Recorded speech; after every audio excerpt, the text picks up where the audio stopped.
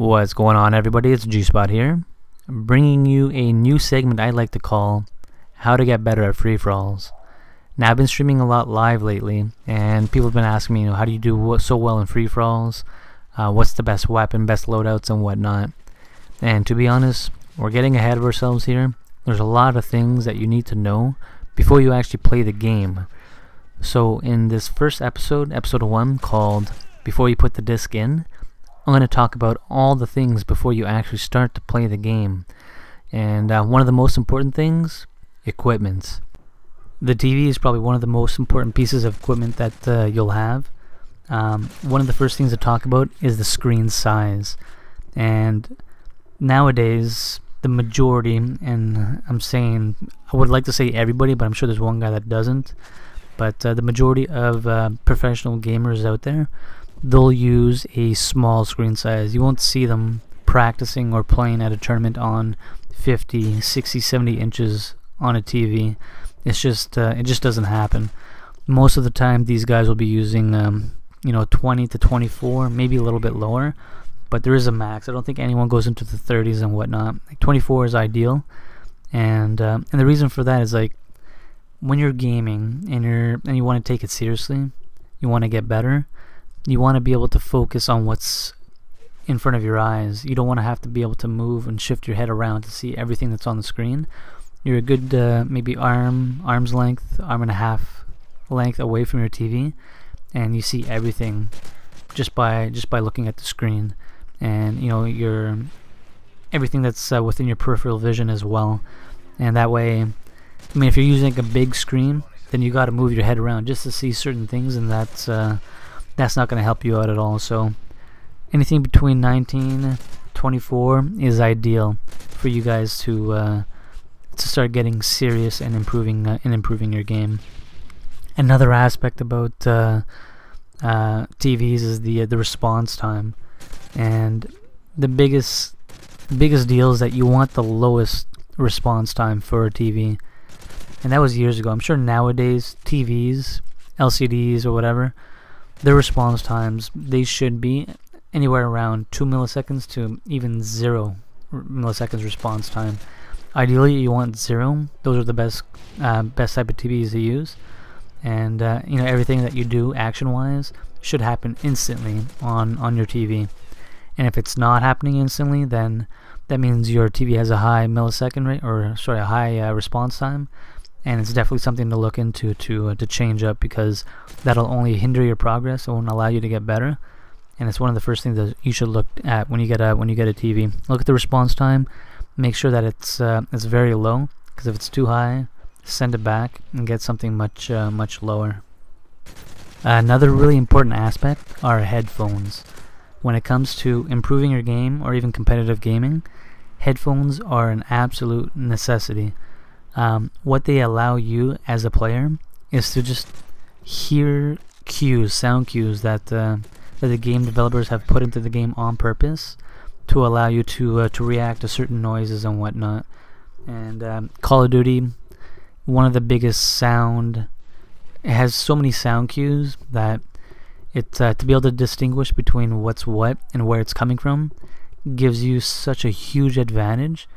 And if you're not already using headphones, if you just start using headphones, you'll notice a big difference. And I'm not talking about like earbuds, like Apple earbuds. I'm talking about genuine headphones.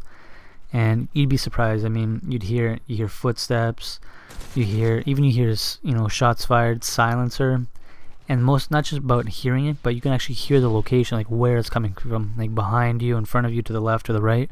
You pick all that up. You also pick up people climbing stuff, people walking through grass. Even if you have like Ninja or Dead Silence, someone's running through grass, you could hear that little shuffle. And someone using a kill streak, let's say someone pops out like a UAV and he's right beside you, you could hear the UAV. You could hear how loud it is, where it's coming from, and sometimes you'll get the jump on the guy before he puts his UAV away. So using headphones, extremely important. And there's no preference. I'm not saying Tritons are better than Astros are better than Turtle Beaches and whatnot.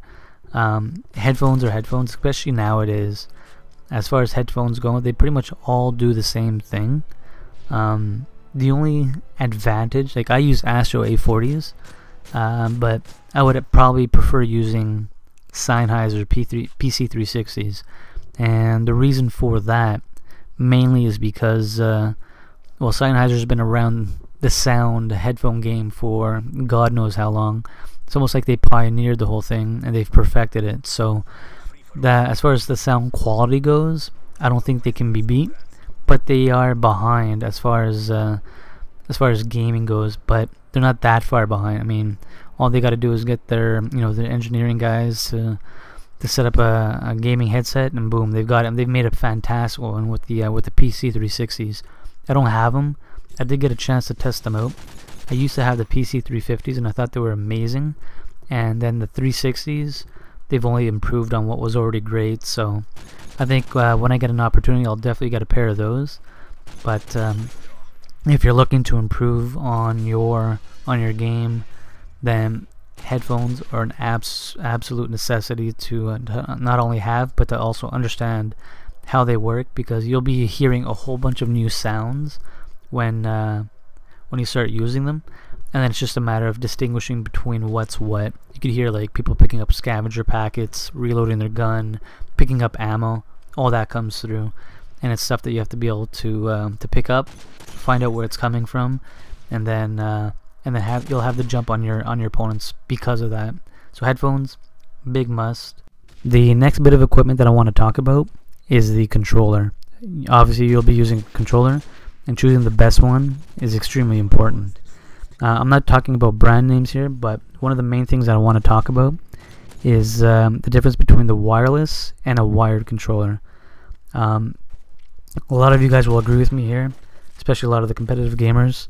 They will always use a wired controller over a wireless controller. In fact, at tournaments, all the big time tournaments like MLG, and I'm not sure what else is out there, WCG, all their tournaments, they will actually ban wireless controllers. They can only allow wired controllers for certain reasons. I guess with the wireless, the reason why they ban it is because it can interfere with other controllers. So technically, you could turn on your wireless and control somebody else's controller, which, as far as competition goes, is a big no-no. So wired controllers, that's one of the reasons why it's banned from big tournaments. But as far as a gamer looking to improve, you definitely want to choose a wired controller over a wireless. And it's for a simple reason, and that's because with the wireless, you do lose that split. I don't know how much time you'll lose, but you have to lose something, as opposed to a direct connection to your Xbox. It could be 0.03 milliseconds, who knows, but you got to utilize every single advantage that you can, and having a wired controller definitely fits that criteria. You want to be able to use a wired controller over wireless, and there should be no argument about this fact. It's just one of those things that it's pretty obvious. And as far as brand name goes, I mean, there's a lot of good controllers out there.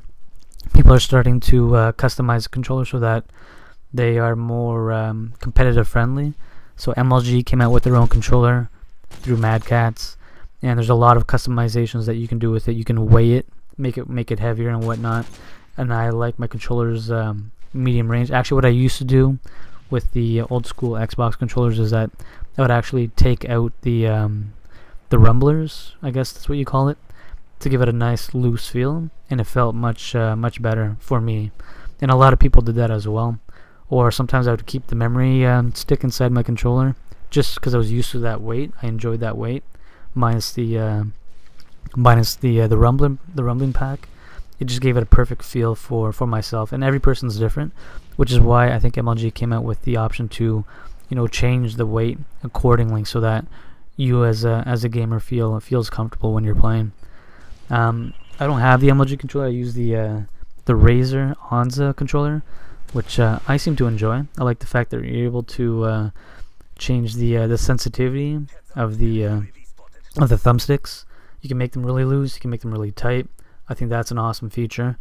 As well, the rubber that's on it's a really good rubber. It's grippy, and the what's it called, the D-pad. It's also, I mean, it's not, I don't really use a D-pad that much. I mean, only when I got kill streaks, and I barely ever use kill streaks anyways, so it's kind of a useless feature for me. But I'm sure in different games where you have to use the D-pad, then its placement is perfect. It responds nicely, and these are little things that you wanna utilize when you get a controller. Now, the last thing that I'm gonna talk about is your Xbox. And you'd be surprised the different things that correspond to the Xbox that will actually help you as a gamer to improve. Sorry. And this goes back to what I said earlier about taking any sort of bit of advantage, and I just got an email. Taking any sort of bit of advantage and using it, for your own personal gain, I guess is the best way to put it. And first things first, what I normally do is copy the CD content onto your hard drive. And I personally think that's a must. People might disagree, but I'm a big believer that reading the information off your hard drive as opposed to reading it off your disk drive, it's much faster off the hard drive than it is off the disk drive. And again, people might disagree and whatnot, but that's the way that I see it, and that's how it used to be true back in the day. I don't know if that's how it is right now. Maybe the disk drives, they've gotten so fast that they're rivaling the hard drive. But I can sincerely doubt that. So I suggest copying all the contents of whatever game that you're going to play onto your Xbox, because it's just that split-second advantage that you're gaining, and again, it matters when you're playing that game. And also, what I wanted to talk about is wireless. Again, wireless versus a direct connection, and even going through the router and whatnot. A lot of the boxes now, they come wireless, pre-installed. It's ready to go, ready to connect to your router and whatnot. But I strongly recommend not using the wireless feature. And again, it goes towards gaining any sort of advantage that you can obtain. A lot of people that use wireless, they'll probably 3-bar, whereas if you're directly connected, you'll definitely 4-bar, and you'll definitely have a better connection. And at the same time, you want to make sure that nobody around, if you're connected through a router, nobody around is uploading, downloading, or whatnot. A lot of people will go into a lobby and they'll be red bar and they're like, well, your host sucks, whereas everybody in the lobby is full green except for that one guy. And most likely, most of the time, it's because somebody else is probably running torrents or who knows what they're doing in the background, and they have no idea. So that's why I think a direct connection, that's the optimal choice. But if it's not a possibility, if you're going through a router, just double check to make sure that nobody is downloading or uploading or whatnot in the background, because that will hinder your performance and ability to get better. Well, this concludes episode 1 before you put your disc in. Hopefully you guys enjoyed the video. If you do, please give it a thumbs up. If you don't, obviously give it a thumbs down. And stay tuned for episode 2. This is G-Spot, out.